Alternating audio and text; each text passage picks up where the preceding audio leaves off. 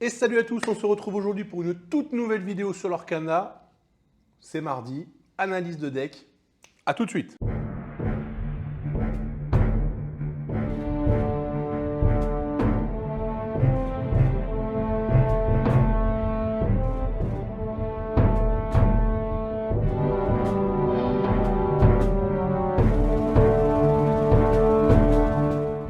Et oui les amis, on est mardi. Le mardi, c'est donc du Lorcana, c'est de l'analyse de deck.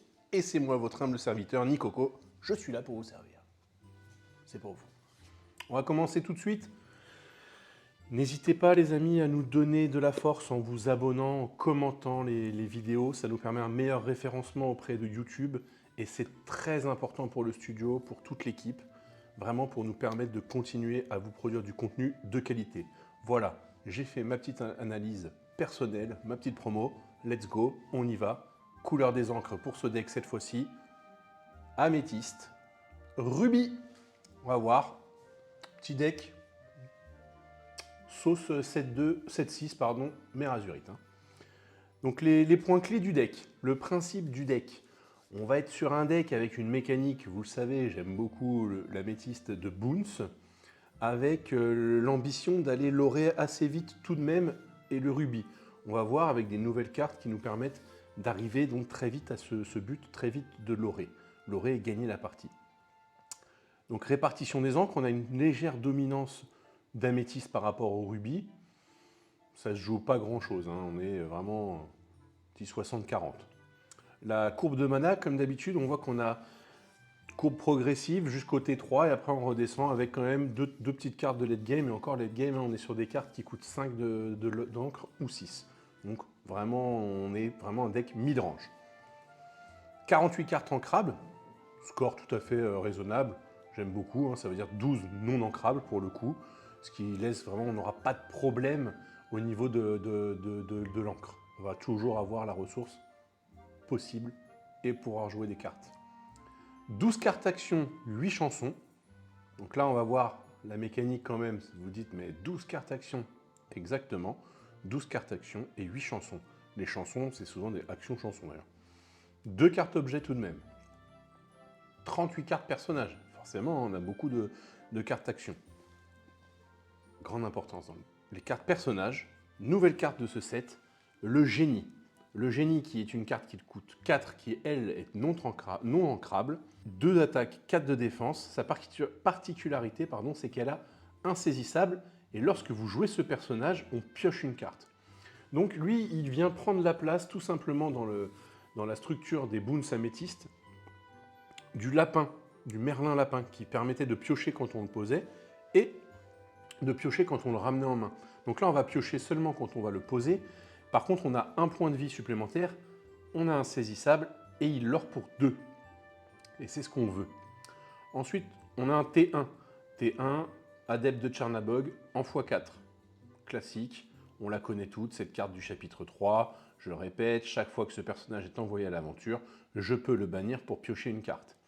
Ensuite, on a Flynn Rider. Flynn Rider, elle est très intéressante, cette carte du chapitre 4, une super rare, une carte ancrable pour 2, 2 de force, 2 de défense.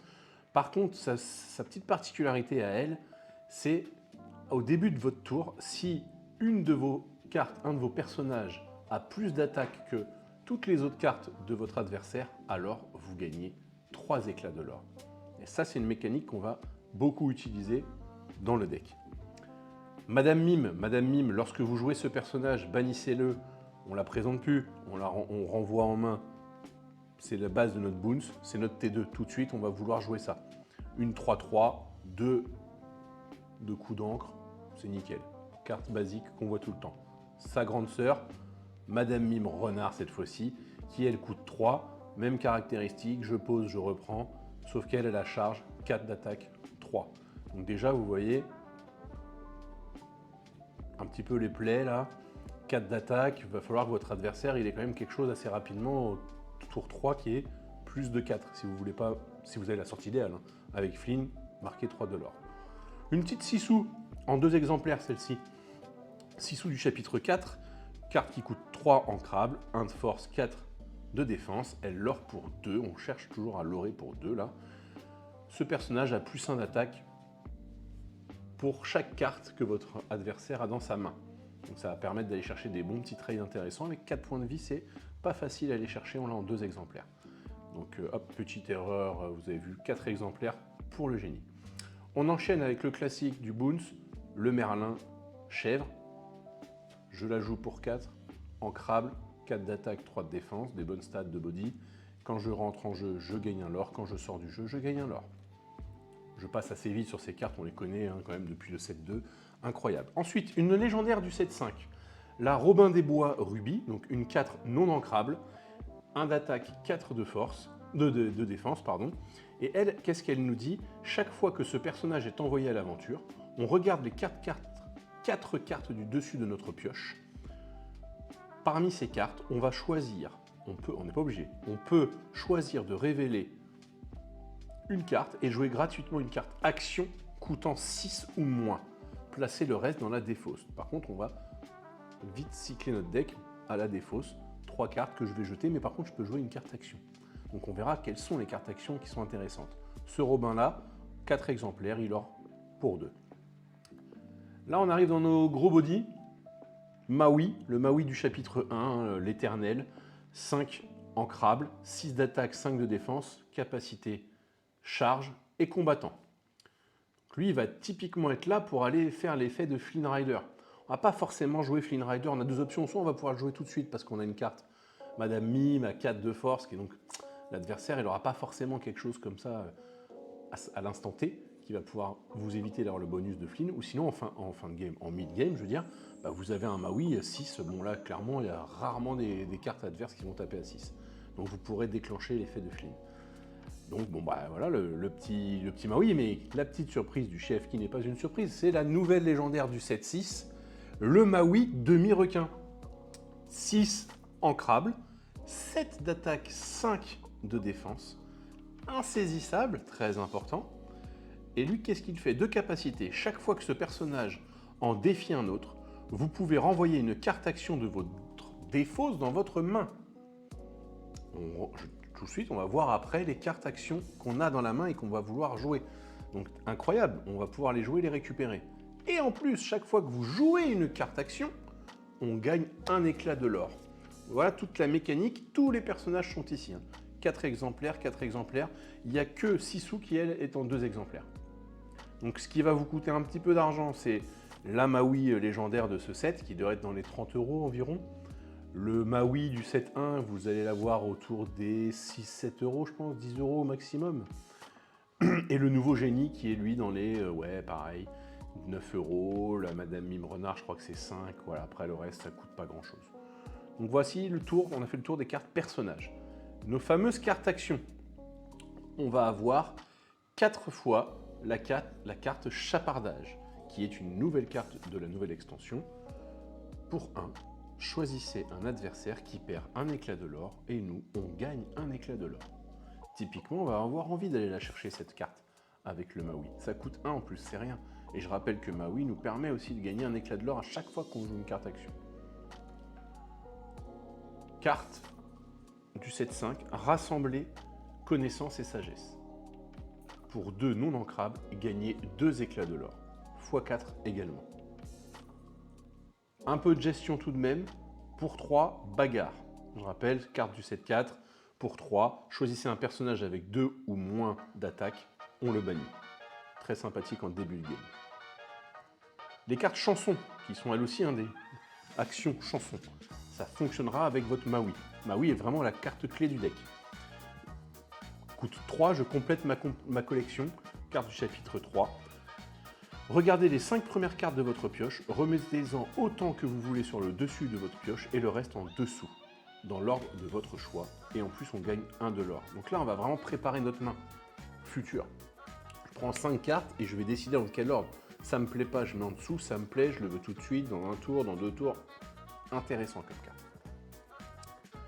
Mes amis de l'au-delà n'est plus à présenter. Pour 3, voilà, je pioche 2. Incroyable. Ensuite, la carte objet. Il y a une carte objet du deck. Je l'ai mise, c'est la petite touche Nicoco. C'est pour contrer les matchs miroirs en fait. C'est une nouvelle carte, un nouvel objet. Spectre de Maléfique. Une carte qui coûte 2 ancrables. c'est un objet, donc il va rester en permanence sur le board. Qu'est-ce qu'il fait? Chaque fois qu'un personnage, un objet ou un lieu d'un adversaire est renvoyé dans sa main depuis le jeu, vous gagnez un éclat de l'or. Du coup, ça va bloquer. Et c'est chaque fois. Il va être bloqué, il ne pourra pas bounce comme vous. Donc je l'ai mis 4 exemplaires, 2 exemplaires, pardon, c'est une erreur. 2 exemplaires, c'est vraiment pour... voilà, c'est ancrable, si on n'en a pas l'utilité, voilà, ça peut servir contre les decks objets. On peut voilà, 2 exemplaires, la petite touche. La main de départ. Moi, j'aime bien avoir le Adepte de Chernabog, c'est notre seul T1 de toute façon. Donc, c'est pas facile d'avoir un T1 dans ce deck, mais vraiment, j'ai voulu accentuer sur les tours futurs. Donc, Adepte de Chernabog, la Madame Mime à 2, c'est toujours intéressant. Le Sisu, toujours dans une curve, il faut toujours avoir une main curvée. 3, un Flynn Rider en fonction de ce que développe votre adversaire. On peut très bien mettre un adepte au T1 ou même rien, jouer directement Flynn Rider, jouer en T3 Sisu ou autre chose, on verra. Le spectre, si jamais on est en miroir, ça peut être une carte, sinon qu'on va tout de suite mettre en réserve d'encre. Les amis de l'au-delà pour assez vite réussir à aller piocher. Et Madame Mime pour 3 qui donc va vous permettre de bounce quelque chose. Et vraiment derrière, on va essayer d'aller chercher nos légendaires, notre légendaire Maui, le Maui pour trade, qui va permettre d'aller chercher les lieux, les choses comme ça, les grosses créas. Donc si vous n'avez pas de quoi, les Maui à 6, le Maui, voilà. Je vous propose une petite légendaire du dernier set qui est intéressant, ou si vous voulez changer, peut-être dire tiens, j'ai pas envie de mettre le Sisu, je rentrerai bien, j'ai eu la chance d'avoir Yzma légendaire du set 6. Qu'est-ce qu'elle fait? Une carte ancrable pour 4, qui est d'une 3-3. Elle, qu'est-ce qu'elle fait? C'est on l'incline, et si vous avez moins de 3 cartes en main, on pioche jusqu'à avoir 3 cartes, et elle l'or pour 2 sinon. Donc ça vous permet, c'est un moteur de pioche, ça peut être intéressant. Voilà, j'aurais pu la mettre à la place des 6 sous ou des 2 objets, par exemple, si vous ne le sentez pas, c'est intéressant. J'ai sélectionné ensuite une autre carte du chapitre 6. Cette fois-ci, c'est une commune pour 3, la rose blanche, une 3-3 comme Yzma. Elle, qu'est-ce qu'elle fait? Tout simplement, lorsque vous jouez ce personnage, vous gagnez un éclat de l'or. Du coup, ça marche très bien avec le bounce. Et on la rejoue, on regagne un éclat de l'or. Derrière, j'aime bien ma petite Madame Mime éléphant, moi. Pourquoi? Parce qu'elle a un gros body, elle est embêtante et son effet est intéressant. Je rappelle, une carte qui coûte 4, ancrable toujours, 3 d'attaque, 7 de défense. La seule chose, c'est qu'au début de votre tour, on peut déplacer 2 dommages de ce personnage vers un personnage adverse. Ça va permettre d'aller finir des créas, de tuer certaines créatures intéressantes. Dernière, toujours une carte du set 6, j'ai essayé de le mettre en avant, vraiment. Le tapis volant pour 3, ancrable, une carte toute bête. 1 d'attaque, 3 de défense, elle l'or pour 3. J'ai dit, on n'est pas sur un deck qui veut durer dans la longueur. Vraiment, on est sur du mid-range. Voilà. On voit ensemble le résumé, la decklist dans son intégralité. Donc, on peut revoir ensemble un seul T1. On a donc 4 T1, parce que c'est 4 exemplaires des adeptes. On a 8 T2. On va avoir 6 T3. Et ensuite, c'est notre gros cœur, on va avoir voilà, beaucoup de T4, un peu de Maui en 5, 6. Ça, c'est vraiment pour aller mettre en route notre combinaison avec le Maui légendaire qui vraiment va falloir aller la chercher. Et pour aller la chercher, on a la carte, comme j'ai dit tout à l'heure, je complète ma collection, qui va vraiment pouvoir nous dire, tiens, c'est maintenant que je la veux. Maintenant, je la veux et après, je pars en combo. Tour d'après, voilà, on essaye de la placer, votre adversaire va vouloir vous la détruire, c'est forcé. Hein. Elle a quand même 5 points de vie, elle est insaisissable. Ça veut dire qu'il faudra qu'il aille la choper avec un sort. Et à partir de là, vous êtes bien, quoi. Hein. Vous faites les effets, vous jouez une action. Donc on a l'action, voilà, chapardage qui va vous permettre de gagner du lore. Vu que vous la jouez pour 1, ça je rappelle, la combo, je gagne 1 grâce à Maui, et ainsi de suite. Voilà, vraiment, c'est la petite mécanique, c'est marrant. Je pense que c'est un deck marrant, et vous pouvez surprendre en compétitif, ça peut passer. On peut réussir à aller faire, je pense, des petits résultats intéressants avec ce genre de deck. Voilà. Écoutez, n'hésitez pas à commenter, à me dire ce que vous auriez mis, pas mis. C'est toujours un plaisir d'échanger avec vous. Je rappelle encore, abonnez-vous, n'hésitez pas, laissez un commentaire, pardon. c'est important pour le référencement de la vidéo, c'est important pour nous, ça nous aide, ça nous soutient, c'est gratuit pour vous. Le meilleur pouce, les 2 meilleurs pouces, les 3 meilleurs pouces, les pouces de pied, le pouce tout simple. Voilà.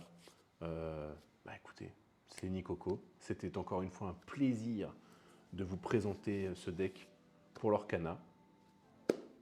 Tapez bien le carton. À la prochaine. Ciao, ciao!